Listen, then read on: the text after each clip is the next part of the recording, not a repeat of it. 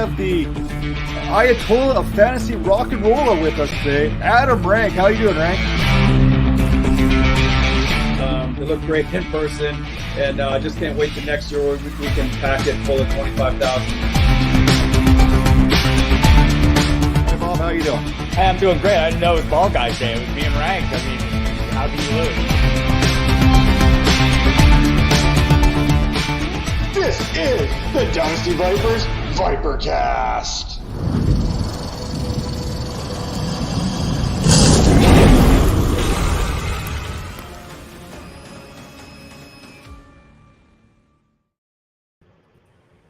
And welcome to the Dynasty Vipers ViperCast, and we have a special for you tonight. We have the Thrilla of the Grilla, the Sultan of Seasoning. We've got the best smoked meat master we could find on Twitter. We have the one, the only, Heath Cummings. How you doing, Heath? That is the best introduction I've ever had in my entire life. Thank you for your kindness. Happy to be here. You know what? I practiced that all the way from 2 towns over while I was driving home from hockey practice, and I still forgot one of the little slogans I was trying to slide in there. It kind of went blank on me, so it was okay. We couldn't tell. It was good, man. Good job. Yeah, he doesn't just do that for anybody, Heath. So you must be pretty special here. Really excited for you to come on. Happy to have you here, and a little bit of football to talk. And I know, like Matt said, we're contractually obligated to talk a little bit about it. So, Matt, you want to break down the trades that we saw today? You know what? I don't know if I can follow along here. We know that Miami decided to move out of 3 to 12, picked up a third, which was in the Saleh move or whatever. San Francisco got an extra third out of that, as well as the first in both 2022 and 2023 went to Miami. Then Miami decided, you know what? We don't like being at 12. We want to move back up to 6. Which is probably the target range of which they were going to take at number 3 anyway. Moved one of those first-round picks that they picked up from San Francisco back to Philadelphia to move up 6 more spots. So in a roundabout way, we've got now San Francisco moving from 12 to 3, Miami moving from 3 to 6, and Philadelphia moving 6 to 12, and some extra firsts kind of thrown in there. The one thing I do like about this, and Heath, you could probably nail this here a little bit. Everyone's going to probably get on Philadelphia a little bit about this whole trade because – 6 was looking pretty good, but they've got like 3 first-round picks in 2022, and I think they're looking at the big picture here. Right. Well, what do you think? Yeah, I think it's develop Jalen Hurts, find out if he's your franchise quarterback, and lose as many games as possible is what it looks like right now. But we'll find out how it moves forward. But I don't know why else you move down from 6 to 12 in this year when they have so many needs and are in such a terrible cap situation. Unless you're just kind of punting on this year and you want to set yourself up as well as you can for next year. And if that's the case, then they pretty well did it. That's exactly what's happening. There was a little confusion today on whether or not that the Eagles were trying to move up to number 3 in order to draft a quarterback. Apparently, supposedly having their eye on Zach Wilson. That's since been deleted. Have you heard anything about that? I mean, do you feel like from a dynasty perspective, if you're investing in Jalen Hurts, we're pretty safe to do so? I just updated my dynasty quarterback rankings, and the thing that I wrote about in there is how there is so much uncertainty after you get really past like the top 6 or 7 dynasty quarterbacks, and Jalen Hurts is right in the middle of that group of low-end number 1, high-end number 2 quarterbacks who could have very, very bright futures. I mean, Hurts probably among the brightest of that group. But the floor is just not there because he wasn't very good as a passer last year. And we didn't think coming into the NFL last year that he was going to be a franchise quarterback. And so there's significant risk still, but I don't know if that risk is really a lot different, whether Philadelphia takes a quarterback this year or lets him play next year and then has all those draft picks to play with. So he has to play well next year. You can't view him as someone who's just a surefire top 10 dynasty quarterback. His upside would say that, but there's not enough floor there. I feel like I'm also contractually obligated to mention this as soon as Jalen Hurts' name comes in. Calvin, you know exactly where I'm going on this because Calvin is a Taysom Hill fanboy, so to speak. So he got a lot of heat earlier. I am. Oh, he got a lot of heat earlier for putting Taysom Hill above Jalen Hurts, maybe for 2021, maybe for Dynasty. I don't know exactly where he was going with this. Do you see a world in which maybe Taysom Hill is better than Jalen Hurts? Maybe the situation with the offensive line comes into play. Yeah, I mean, obviously the big difference now, as opposed to back when you might have made that comparison, is that Jameis Winston wasn't on the team. When they brought Jameis Winston, and now Taysom Hill's in a situation where he has to go win that job. I think Jalen Hurts has got the job for this year. For dynasty purposes, it's hard to see Hill over Hurts right now because they're kind of the same thing. We don't know what they can be as passers. We know that they could be superstars as rushing quarterbacks. The difference is that Taysom Hill's obviously already in his 30s. So the age difference for dynasty purposes. But listen, when I first came up with 2021 projections, I had Taysom Hill projected for more fantasy points this year than I did for Jalen Hurts. Wow. And it was a 2021 tweet. I didn't specify that, but it was about 2021. And I'm glad as a Saints fan that they brought in someone who Taysom Hill already knows that he can beat out for the job because he's already done it. So, I'm a pretty big Jameis fan, so I take a little bit of issue with that. But no, I think like we can argue about the 2021 or the dynasty thing. The one thing that's without doubt, you look at best ball ADP and where Jalen Hurts is being drafted and where Taysom Hill is being drafted. Taysom Hill is a much better bet in that format right now. So another quarterback, I think it was a really important day for him too, was Tua Tagovailoa, because Miami, more than anything, got themselves out of that quarterback mix and seemed to be all in on trying to invest and build around him. They got a new offensive coordinator. I know things didn't go well last year, but Chan Gailey's gone. Seems like maybe a healthier Tua. And now they bring in Will Fuller. Maybe they still luck out and wind up with they ended up at 6, but that's prime Pitts or Chase territory there. There could be a lot to like about Tua, and there's a possibility that he's going a little bit too low right now too. Yeah, I actually have him. Now, there's a pretty big gap in what I think their value is, but I have him right behind Jalen Hurts in my dynasty quarterback rankings. I think that Tua is in a similar situation. If he doesn't play well at all this year, Miami's going to have enough draft picks where they can replace him pretty easily next year. But you mentioned Miami and Troy shows up. Right, but it wasn't very many months at all ago that we would have all said Tua has a much better chance of being a franchise quarterback than Jalen Hurts. And it was Hurts' 4 or 3.5 game performance that just changed that entirely? I don't think so. I think they're pretty close. Yeah, I'm a 49ers fan, and they moved up to that number 3 pick. Tell me, who are we grabbing? Tell me, please, give it to me. Yeah, I think there's a little bit of mystery about the 49ers because we've kind of paid more attention to where the Jets guys are going and where these guys are going. I mean, I haven't heard a lot about like which way the 49ers are leaning. They came out today, right, and said Jimmy Garoppolo is still our guy for next year. It's hard to believe that. Smoke. Maybe that means they go with the upside quarterback they think needs to sit a year. True. One more move today that happened. Sorry, Matt. One more move that happened today that I think needs to be talked about. Speaking of 3 or 4 games that can change the trajectory of a player's career, Leonard Fournette re-signing there in Tampa Bay. Playoff Lenny, Lombardi Lenny, whatever you want to call him. He made himself some money and earned himself a job after being inactive, in week 14 or something like that from Tampa, somewhere around there. And they want to bring him back into the fold. Is this bad news for Ronald Jones? Oh, it can't be anything but bad news for Ronald Jones. Like, I'm not 100% sure how good this news is for Leonard Fournette, but it is undoubtable that it is bad news for Ronald Jones. The Buccaneers have acted every year of Ronald Jones' career as if they don't trust him. And maybe they do trust him and they just think Leonard Fournette's better. I don't believe that's the case. This is terrible for Ronald Jones. It really limits his chances to develop in the passing game. Fournette dominated those downs in the playoffs and really even in the regular season. I would rather have Fournette this year than Ronald Jones, but I'd still rather have Jones in Dynasty. Okay, so I'm going to circle this back to the big trade here where we're talking about swapping picks, and I'm pretty confident because I like to watch chaos and watch the world burn. And I do have a lot of San Francisco fans in my timeline. I'm convinced they're going for Mac Jones at number 3 just to watch everyone lose their minds. That's what I'm hoping for. And I think the Dolphins actually have their eyes set on Vontae Mack. The way they're moving that draft board, this is like draft day here, Kevin Costner style, trying to get their guy no matter what. Mack to Miami. They are doing things like you look at what they've done just via trades, and it's what the sneaky fantasy football manager tries to accomplish. He's like, if I could trade this for this, and then this for this, and then this for this, and then somehow I've turned one player into 7 starters. And it's like, well, it doesn't actually work. And the Dolphins did it somehow. So kudos to them. They've definitely been really smart. And I think now that we've hit the 10-minute mark, I think we are done with our contractual obligations to talk football.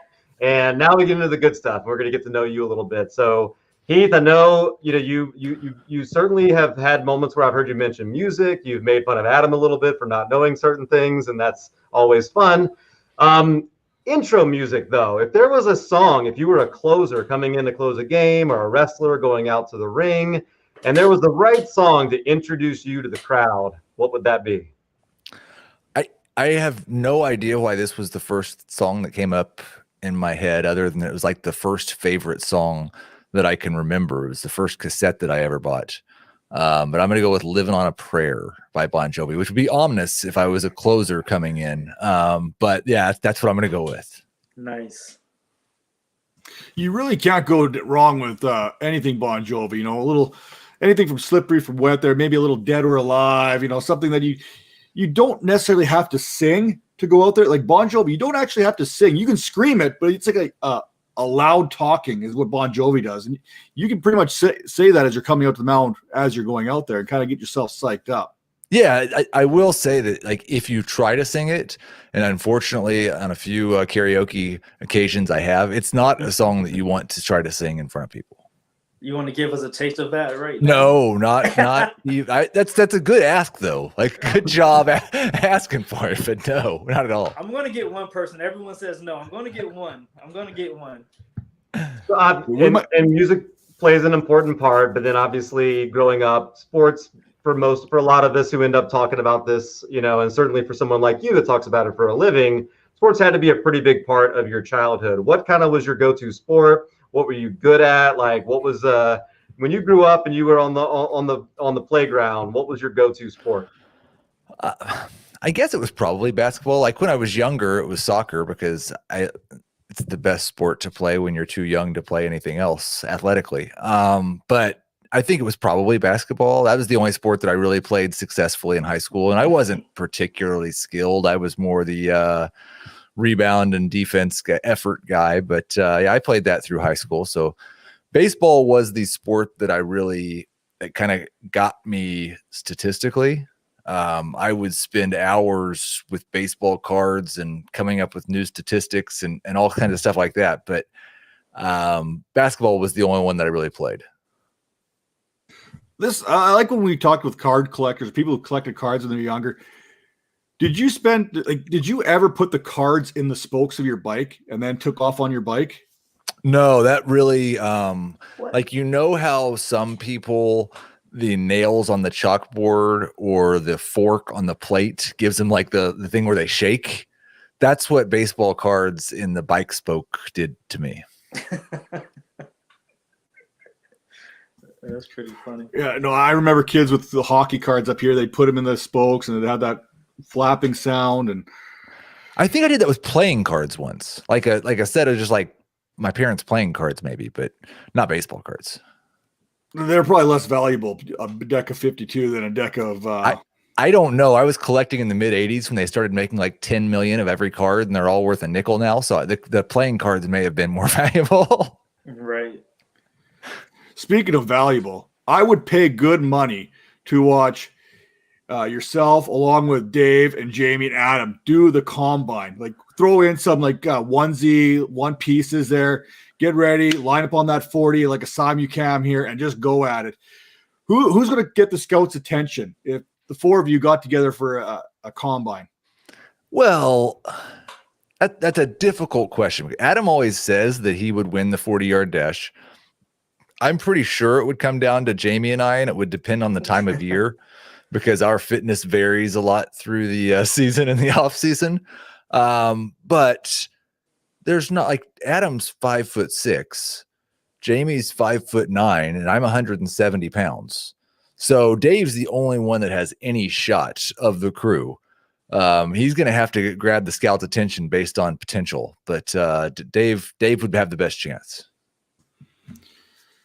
So basically, you're like a bunch of Rondell Moores out there, except without the agility and skill that goes with it. Exactly. Yes. I love that. I still think let's hook this up somehow. We got to make this. This is going to be I'm all live for in it. studio. I think it would. Yes, we do it for charity.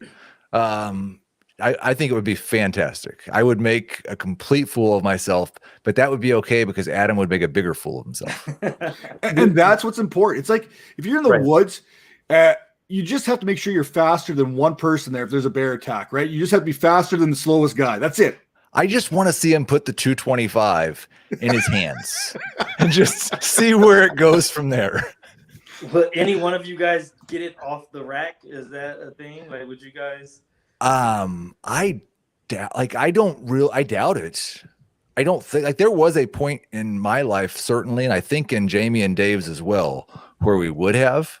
And so maybe through pure dad strength, we might be able to recall that once for a second. But I don't think so. We've asked this a couple times to people you're very familiar with, the football guys. But since you know those guys, maybe you can answer this as well. Who out of those guys do you think would take home the combine? Who would be the star of the show from that group? Man, I don't remember the athleticism factor as much as I should. But actually, no, I think it's pretty easy. They've got Troy King writing for them now, right? Yep.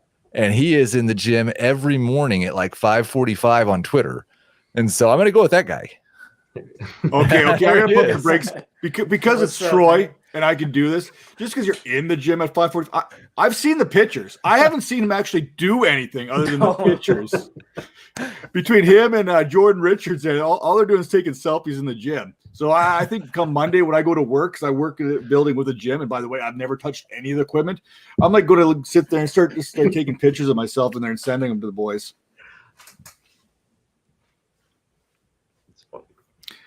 So, and the silence right there. As soon as I start talking with selfies, it's like goes like deathly silent. Well, we'll try and edit that out on the audio part, but until then, we kind of touched on the whole combine thing. And do you remember what that first fantasy league that you were in? Like, what sport was it? Fantasy baseball, fantasy basketball? Was it fantasy football? And like, who got you into that? Like actual fantasy league, it was a league that's still going on. I think it started 18 or 19 years ago, and it was a group of guys that I went to high school with, and there was 15 of us, and there's still 13 of us in the same league. Nice. And we drafted in my buddy's basement, but it was okay because I think we were still in high school or college. So, but yeah, that was 2 years before that. I think one of the guys in that league and I did the USA Today fantasy thing out of the newspaper. And you had to check the boxes and send it in, I think. And then you got your score later somehow. I don't even remember. But yeah, those are my first experiences of the fantasy football. Can you give us a year on that? 98 or 9, I want to say. So we've talked to a few in high school. we've talked to a few people there, and I can't remember. It's I'm drawing a blank here, but they would call a 1-800 number, and it would charge them money to make waiver claims at the time. Did you ever get into that one? No, this USA Today, and it's funny, when I actually started playing in an actual league, it was on CBS. That very first year that we played in the league was on CBS. But the USA Today thing, there was no waivers. It was almost more like DFS. You picked your lineup every week. There was just a new thing in there. But yeah, no, I don't recall ever making any phone calls to make waiver claims. So that's another connection that you actually have, because that was Scott Bogman, who does a show with Chris Welsh over in this league. And yeah, he would talk about how he had to make a phone call, and it was something like $5 per ad drop or something like that. Wow. It was a lot. Wow. So, I mean, you talked about your first league. Can you talk about your favorite league? We all have these hometown leagues, with your friends you grew up with. Is there like a favorite league and a story you can give us? Well, I mean, one, I'll give you two, because one would be the league I just referenced, just because it's those same guys that I've known for most of my life, and we've had some absolutely ridiculous live drafts. And now, of course, I live in Florida, and the other guys live in different places, so we do it online like everybody else. But that would be the favorite. My second favorite right now is actually probably one that I just joined last year with John Bosch. It was an auction addicts is what we called it. And every transaction basically is via auction. It's all a salary cap league, and then it's best ball in season. So I get to the point now to where I've got 18, 19, 20 leagues where I have to set lineups every week, and it's not very fun for some of those leagues like this. It's easy because, I mean, you don't care as much about the one or two teams that aren't very good, but like if you got a bunch of 6-6 teams, it's pretty cumbersome. So those best ball, like the best ball combined with the dynasty, so it's still in depth, and the auctions, that's probably my favorite new league right now. Nice. Those John Bosch leagues, he comes up with some of the most crazy leagues known to man, I think. I don't know where he comes up with these ideas, but some of them are the most creative. I'm in 2 of his leagues right now. I don't even know what the rules are. I've been in it for 2 years, and I still don't know what the actual rules are. There are definitely people in our league that have no idea. I think we had 2 people drop out after the first year because they're like, yeah, it's not, but that's just kind of the way you don't want to have all your leagues have the same rules, but at the same time, if you've got leagues on 6 different platforms with 10 different sets of rules, it gets a little bit more difficult. So let's say for some reason, there was somebody that was getting rid of all fantasy sports, but they came to you and they said, you know what, I'm going to keep one fantasy sport for you to play. That's it. You can only have one fantasy sport. I know you like baseball. I know you like football. You talk about basketball. What would be the one sport you'd want to keep? It's definitely football, because the advantage football has over, in my opinion, at least, baseball and basketball is the shortness of the season. And the fact that you're only setting your lineup once a week, or maybe you're going in there 3 or 4 days a week, but you've got like one matchup each week. And I think for baseball and for basketball, both, it's actually a little bit better to play in the daily format where you're making lineup changes and roster moves daily, but it's it just takes over your life. And then you're expected to do this for 5 months. And anybody that falls under 500 is just going to stop doing it. And that throws the league balance completely out of whack. So as much as I enjoy fantasy baseball and fantasy basketball and play both, football would be the choice. Nice. So choose one and give us the reason why. DFS, Dynasty, or Redraft? I would have had different answers to this at various points through the last few years. I think right now it's probably Dynasty, just because of and Dynasty best ball might even be it, but just because there's really a lot of joy in drafting Patrick Mahomes and having him for the next 15 years, having this connection to the players, and even the process, like when you get to a point and you realize, man, this team sucks, and the process of tearing that down and trying to rebuild it into something good, there's a lot of reward that comes from that as well. Well, you just described one of my teams. I had Mahomes, and I had Mahomes and Tariq, and that was pretty much it. And the team sucked, so I got rid of everyone, and now I'm like, rebuilding it. So yeah. No, that's cool. So let's learn a little bit more about Heath Cummings, though, and you obviously you've gotten yourself to the point where this is more than a hobby for you. But it started off with a little league that you talked about that's still going on in high school and in 98 or 99, somewhere in there. And your passion for fantasy sports is still alive. It's great to hear you talk about it. But what was that journey like when you started off, and at what point did you realize this needs to be more than a hobby for me? Yeah. I don't know if there was ever a needs to. The whole thing is a little bit of kind of hard to believe, really, even for me still. But I would write little recaps for our league in the early years of that league, just for fun. And it really came about on Twitter that I was on Twitter one night and I'd done some blogging, some fanboy Royals and Chiefs writing and stuff online that like maybe 50 people would read at a time. And Sigmund Bloom had posted on Twitter and he said, "Hey, we're looking for recappers, and you just watch one game a week and write a couple hundred words about it and tell us what happened." And so I applied for that, and I didn't know if it paid or anything like that. And it wasn't much, but I did that for a year and I really enjoyed it. And then I thought, I kind of want to see if I can do something else and develop this a little bit more. And I got an opportunity to be a staff writer at Football Guys. And so that role kind of grew a little bit. And it's just like, I cannot more highly recommend a group of individuals than the guys that are running stuff at Football Guys and the people they bring in. It's a great group of people, and a great place to learn and grow. And then I started applying for other stuff, and this job at CBS comes up and I apply for that. I lived in Kansas City, Missouri at the time, or about 20 miles south, and it was in Fort Lauderdale. I flew down there for an interview, and next thing I knew, I was working at CBS. Nice. Well, let's kind of go into that a little bit more, because going from blogger to Football Guys to CBS, that's a crazy kind of journey there in itself. First, let's talk about like, how long did you blog? You said this is kind of about 2011. I think 2011 is when you got in with the Football Guys. So you weren't blogging for an incredibly long period of time before making that jump to the Football Guys. And by the way, Football Guys, that's like a family, man. Everyone I've talked to there, it's so impressive how cohesive they all are and how tight they all are and welcoming to one another they are. So obviously it's a great place to get that foot into the door with the Football Guys and Sigmund and Joe and everyone else there.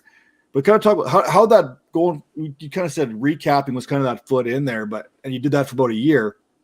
How was that process compared to the next step, going from Football Guys to CBS? Yeah, I mean, I think if like the total sum, there was probably 5 years of blogging or something like blogging going on there.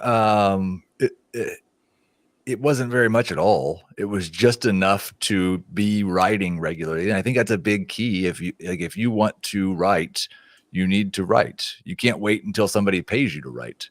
Now, maybe you want to write for yourself and you don't want to write for somebody else for free. I can't tell anybody which way is right, but you've got to be writing for even if just for yourself. But yeah, the transition in terms of like, the recapping was more just learning what Football Guys wanted from their football analysis, and then doing it in a way that led them to want me to write more types of things. The next transition was obviously a little bit different. And one of the keys to that, I always had a different day job. I sold cars, houses, insurance. I was a customer service representative, a customer service manager. Like, well, I'm doing all the rest of this on the side. And I got a job as an insurance agent, and I had an advertising budget. And so I take this budget and used it to buy an hour of radio on the ESPN station there in Kansas City on like a Saturday morning when they were just trying to give away the time on the air, and then did a fantasy football show on ESPN 1510 in Kansas City, just finding guests from around the industry and having them come on. Well, when I went to apply for the CBS job, that made a big difference in the application process. Because I say, I hosted a show, but I just kind of created that out of thin air. It wasn't something where that radio station wanted me to be a host of a show or anything. I just paid for the time.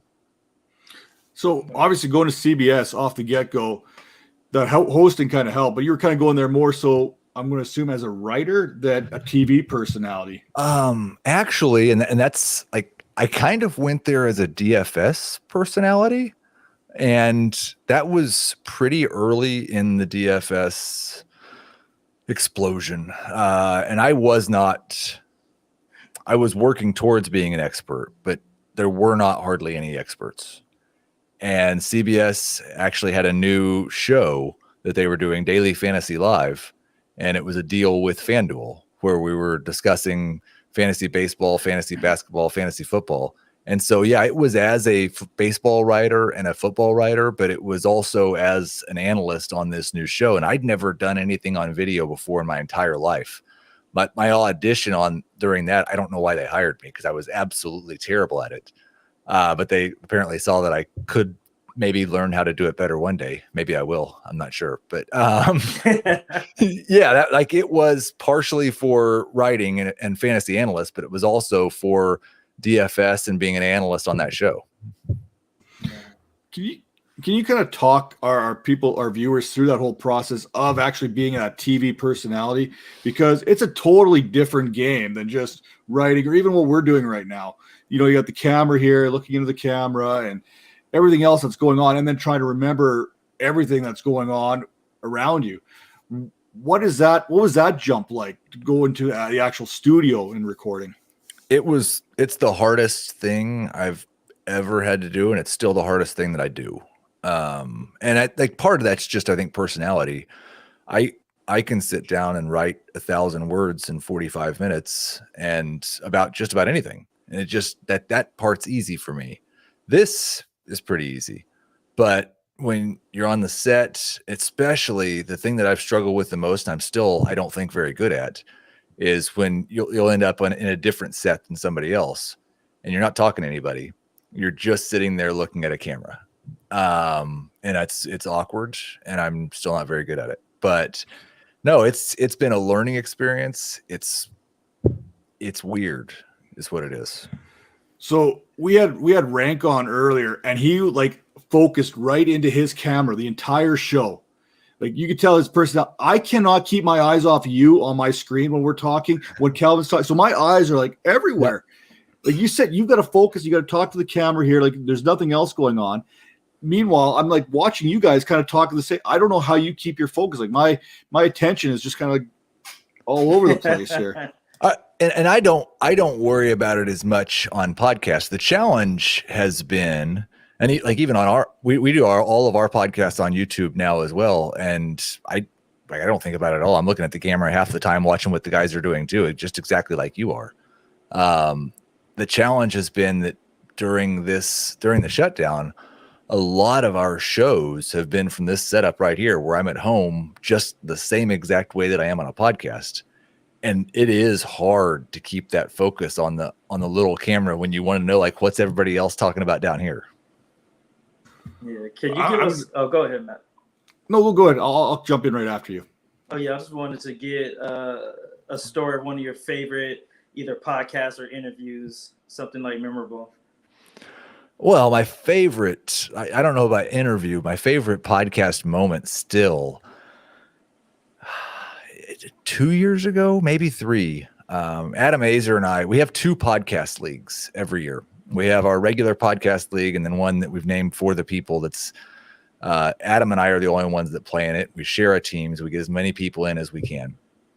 And we had, I think he drafted 3 quarterbacks and he really had a thing for Carson Wentz that year. And I was pretty anti Carson Wentz and we'd gone back and forth a lot, but he had made that pick. And so we had Carson Wentz on our team and Wentz had struggled the first couple games of the year. And so I dropped him live on air without asking his permission. And he just screamed at me and called me an idiot moron and really got emotional. And it was fantastic. It was podcast gold. Everyone really enjoyed it. Someone else picked up Carson Wentz, and it was a lot of fun. You can't replace that live atmosphere there. The things that go sideways real quick, you know what I mean? And that I would have been just sitting there how do you keep a straight face when that happens, or do you just kind of just keel over and start laughing? I'm really bad at the I can maybe do a straight face if I've just got a one-liner and I've got to wait 3 or 4 seconds for the reaction from everyone else. But when he's going off and just yelling at me and telling me how terrible I am, I'm just doubled over. Pure joy. So, because you do these, do you put that phone away? When you're recording, do you put it away, or is it okay, no one's watching, I'm going to make this quick waiver out here right now. Because you said you dropped him right there for Adam when he went off to the regular. Do you make waiver claims? Do you make trades or lineup adjustments while you're live on the air? Do you try and yeah, it's kind of a thing that we have that goes between us. Somebody will make a statement about a sleeper for the week or about a guy they think might really have a chance. And then one of us will pick him up and tell him on air and they'll get upset about it. Most of our leagues now, before this past year were set up as fab only leagues where you had to wait until the next day. So it wasn't as easy to do it. But yeah, if we get any of those leagues where you can make instant ad drops, it's that happened just like a month ago in our biggest dynasty, like our biggest staff dynasty league. And I can't remember who I was talking. I think it was DJ Dallas, and how I thought he had a better shot than Rashad Penny before Chris Carson had come back. And Jamie went and picked up DJ Dallas in our 14-team dynasty league because somebody had dropped him while I was talking about it. So the editor, he's got to be like quick, or the production guy's got to be quick, because there could be like some foul language coming out during these shows. Yeah, there used to be a lot more when we weren't on video, but it was made pretty clear to us that the editing got much more difficult in that situation. So it's mostly been cut out now. Every once in a while, something will add. Adam's probably the most likely. But yeah, no, it was when we weren't on video, it was kind of just a thing where it was fun to do it, because then you knew Adam had to go do extra editing work afterwards in post. So I do want to ask this, because I know some people who do the live studio stuff, we've talked to them, and who've done the COVID box screen that we see now for their shows. We know in studio you kind of feel each other, you kind of go off of one another. You've got that live atmosphere where you can kind of give it to each other, but you know how everyone's going to kind of react. You kind of feel when you're doing this, like how we're doing this show here right now, it's not the same. It takes a little bit extra to kind of, you don't get that groove, or I can't explain exactly where we're going. Calvin, you know what I'm talking about here. Can you tell the difference between in the studio and even COVID podcasts or live shows that you guys are doing? This is much, much, much more difficult, especially for anything TV related. It's just like if you're on a podcast and it's supposed to be casual, then it's okay. But if you're trying to be like you said, stay on the camera, it's a more difficult thing, and it's difficult to have that connection. It's difficult when you got 3 of you or 4 of you in different locations, and you're wondering who's the next guy that's going to talk, and we haven't necessarily. He just made a point off of my point, and I think he's wrong, but I'm pretty sure the host is going to talk next, and I don't get to correct him. And so, yeah, it's a lot harder. Like, is there do you have to get up at 3 a.m. and have like a pre-production kind of meeting about, okay, here's our show, here's our points, here's where I'm going to jump in, and we got to kind of run this, because we can't just kind of give it to each other like we normally would. No, unfortunately, what happened last year, it seems like, is there was just a lot less of the giving it to each other. Now, we got to a point later in the season where we'd have 2 in office and just 1 on camera, because we could have people in office and 6 feet separated. So that was a little bit better, because when you have 2 in office, you can kind of tell when that third guy is getting left out or when he has something extra to say. But no, when we had all 3 of us at home, it was just more of a situation where a lot of that back and forth stopped. And I think, like a lot of places, the content probably suffered because of it.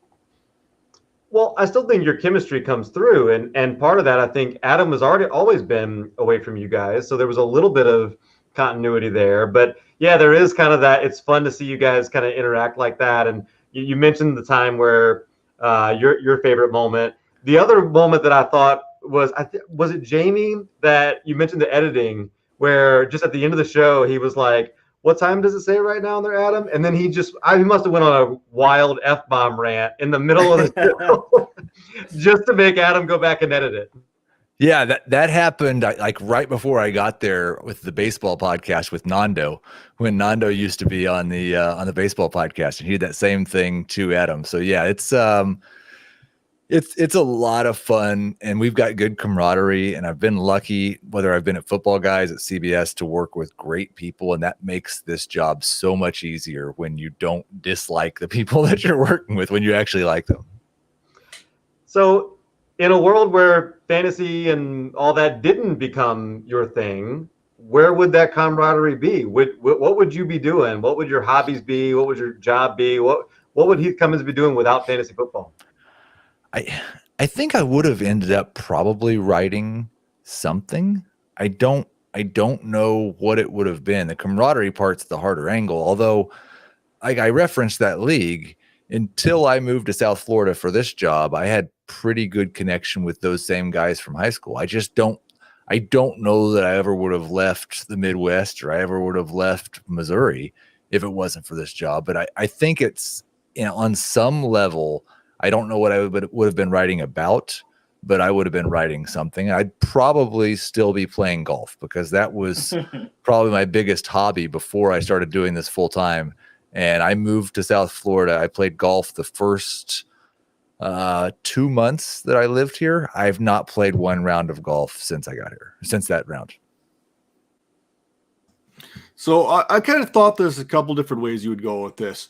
One, maybe some sort of grill master. You'd be on the Grill Master show. You've got the TV personality. Grill Master's got its own show. Maybe you do that. We could talk about smoked meats a little bit later. I know Bob's tuning in just for the smoked meat talk.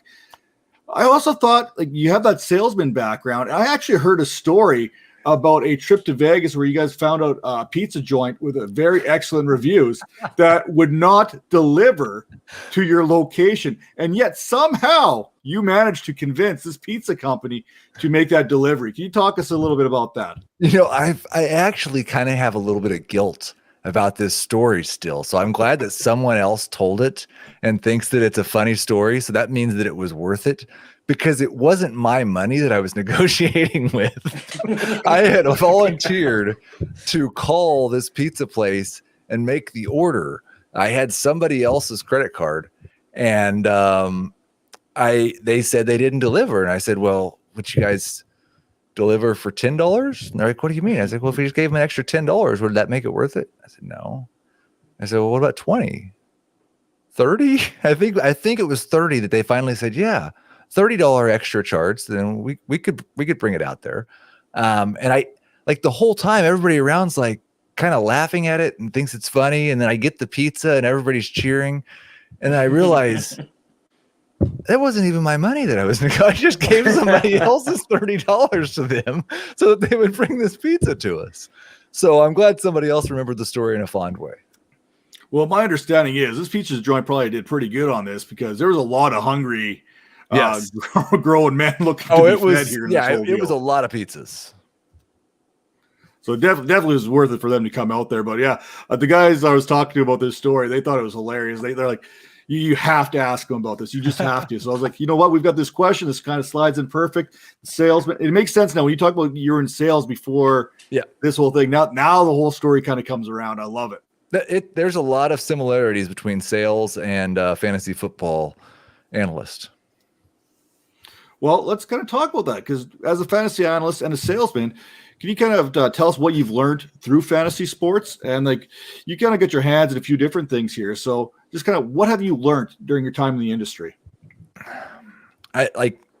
One of the main things is like how important it is to just not assume bad intentions on anyone else. There's a lot of bickering that goes on in this industry, and a lot of people trying to either take shots down because they think that builds them up, or take shots up because they're trying to take somebody else down. And like, I think when I was at Football Guys, I probably looked at CBS, ESPN in a different way. And we were the little guys, and then I got to CBS and I realized that it really wasn't that way. And so, like, assuming the best intentions in everybody else and just trying to be kind in both directions, I think goes a long way no matter what industry you're in. And that's not really necessarily a fantasy football thing, but it is one of the things I've learned just from doing this job and being in this industry. Yeah, we all know relationships are highly important when you're in any industry. Can you give us a couple guys, 2 or 3, maybe help you out along the way? Well, I mean, first off, I wouldn't be doing this if it wasn't for Sigmund Bloom. It wasn't just that he sent a tweet out, but he helped me so much, like that first year as a recapper, and then making the transition to being a staff writer there at Football Guys. And I count him as a good friend. He's one of the very best people, not only in the industry, but just that I know. And it was funny that you guys had him on today before I was on. I almost told you I didn't want to follow him because he's a lot better guest than I am, and it makes me look bad. And then, like, the guys, when I came to CBS, like, you're talking about Dave Richard and Jamie Eisenberg have been doing this for a decade and have like real credentials And I'm coming in with a business degree that sold a bunch of stuff and worked as a blogger and created my own radio show. And they could not have been more kind in welcoming me in. Adam Azer, I love to give him a hard time, but he's one of the very best podcast hosts. He does such his ability to take what we give him and still manage a show and keep everything running the way that he's supposed to. And a couple other guys. Chris Towers has been a coworker and a boss, and he's back writing fantasy football and fantasy baseball content now. So I've been really lucky. Joe Bryant, Jason Wood, David Dodds, everybody I've worked with has been awesome. Nice. Yeah, I love that. And those are, I love hearing the praise for Adam Azer, because I do think he's one of those guys that, people think about Heath Cummings and they think about Chris Towers and Jamie and Dave and all that. But I've never seen him on a show with anybody that he didn't have almost immediate chemistry with. He's good at like being a host and keeping the conversation moving. And at times, like, as big a personalities as you guys have, he's able to be like, hey, no, stop, we're moving along and we're going to something else. Like, he's really good at what he does. So good to hear the praise for him. So now that we're moving into the quote unquote off season, I know there's not as many podcasts, although it seems like, what have you done? 13 breaking news ones, I think I heard today on your show. That sounds like a lot, but it also sounds like fewer than I would have guessed. So yes. So what else is in store for the offseason for you guys? Like, obviously with the draft and all that stuff coming up, what else do you guys have in store? We are building out, and we started this last year for the first year, draft profiles for all of the incoming rookies. I think I haven't actually done one yet. Dave Richard and Dan Schneier have done most of them, but I think we've already got like almost 10 of those, and we'll have a couple dozen by the time we get to the NFL draft. We're doing more Dynasty content than we have ever done before at CBS. We've got startup mock drafts for Superflex and PPR leagues, and we've got a lot more formats coming in that regard. We'll have a couple of magazines that come out over the off season. We'll have NFL draft specials, and before you know it, we'll be doing Fantasy Football Today 5 days a week. Mm-hmm. I love that you guys are getting into the draft profiles. I literally dragged Calvin into his first ever draft profiles over with IDP guys. I think he's got 3 of his 5 completed already. And he's like, this is ridiculous. How did I let you get me into this? Because last year I think I did 54. This year I'm at 23 or 24. And I'm like, Calvin, I can't do this many. You got to come in and do some. So Calvin came in, and they're not easy. They're very time consuming. You got to watch a lot of film just for one profile, so you're knowledgeable about that. So I'm so glad you guys at CBS are doing one as well, and putting these profiles together. I think it's gonna be fantastic. I'm looking forward to that. Well, yeah, I mean, the more eyes and the more words we get out there, the better chance that we have of eventually coming to the right consensus, right? And then hopefully somebody doesn't get drafted in the first round by the Chiefs, and we just all change our mind and decide that that's the best player. Oh, I love that part probably more than anything else. But you know what? Scouting is not an exact science. It's literally, it may be even more off than fantasy football analysis. You don't know. You're talking about 19, 20, 21-year-old men and trying to project their futures. We've seen it's getting better. Over the last few years, but the Ryan Leafs and Jamarcus Russells, guys who everyone thought were bona fide first, second picks overall, there's other things that we weren't aware of going into that. So scouting has come a long ways, but it's by far not an exact science. It would really help us if NFL teams would get a little bit better at it. If we could just count on them to draft the most talented players first, then we could just we could all come to an agreement. But yeah, it is difficult. It is improving. And like, I've always felt, I talked about how when I was a kid, the thing that got me into stats was baseball. And that's because football's been 20 to 30 years behind baseball statistically, just always. And at some point, there's going to be a little bit of a catch up, and that's starting to happen. I think we're starting to get more advanced stats with football, but not at the same pace that we are with basketball. And I think a lot of that comes from the fact that NFL coaches and NFL people kind of like to guard some of that information that would be a little bit more beneficial to us if we had it all. Well, you got to think they've had these next gen stats for a while. They have been relying on the 40 for some years. You know what I mean? The combine is for the fan. Other than the medical rechecks, maybe some personality questions, they know how fast a player is in football equipment. They don't need to know how fast he is in their underwear. But while we're on this draft talk, what is your 101 of smoked meats?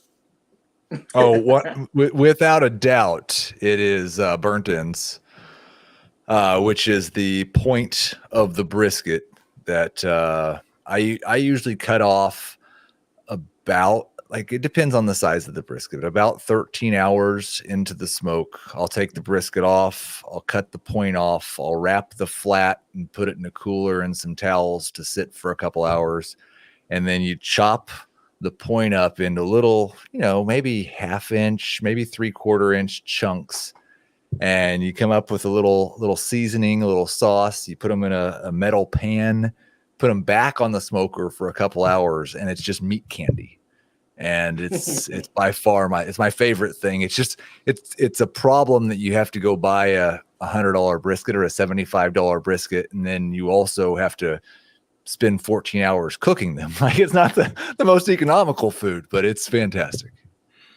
You don't just leave them in a suitcase for a couple of hours as you try and get through airport security? That's not what I generally do. Although if I had to get burnt ends from some place, Joe's Kansas City used to be Oklahoma Joe's. They'll actually send them to you with instructions on how to reheat them, and they're fantastic. So you don't have to bring them from anywhere. You just have them shipped from Joe's. Have you had the ones in Austin that Sigmund Bloom was talking about earlier? Do you remember the name of it, Matt, or do you know what I'm talking about? Oh, Dave, no. I could pull it up here.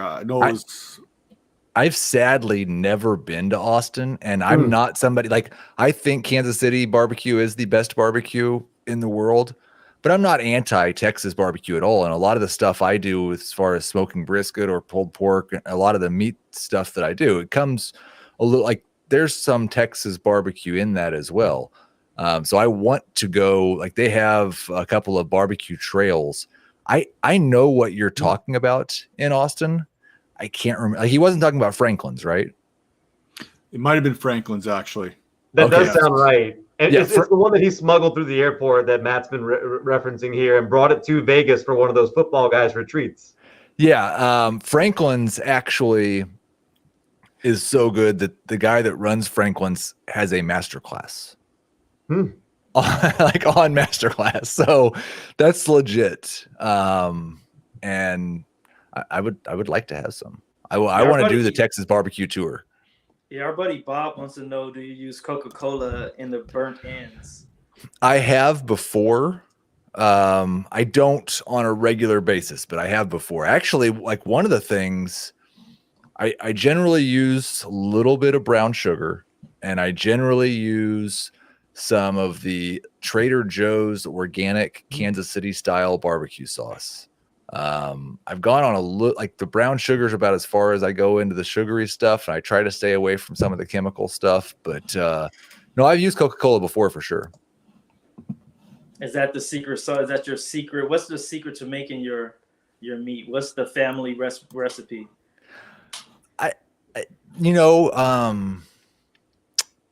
I'm trying to think of the right word. I don't know that I often do the exact same thing twice. Okay. And that probably sounds weird because I smoke meat 2 or 3 times a month at least. But I like to try different things out. I like to I do a lot of pulled pork though, because that's what the kids like.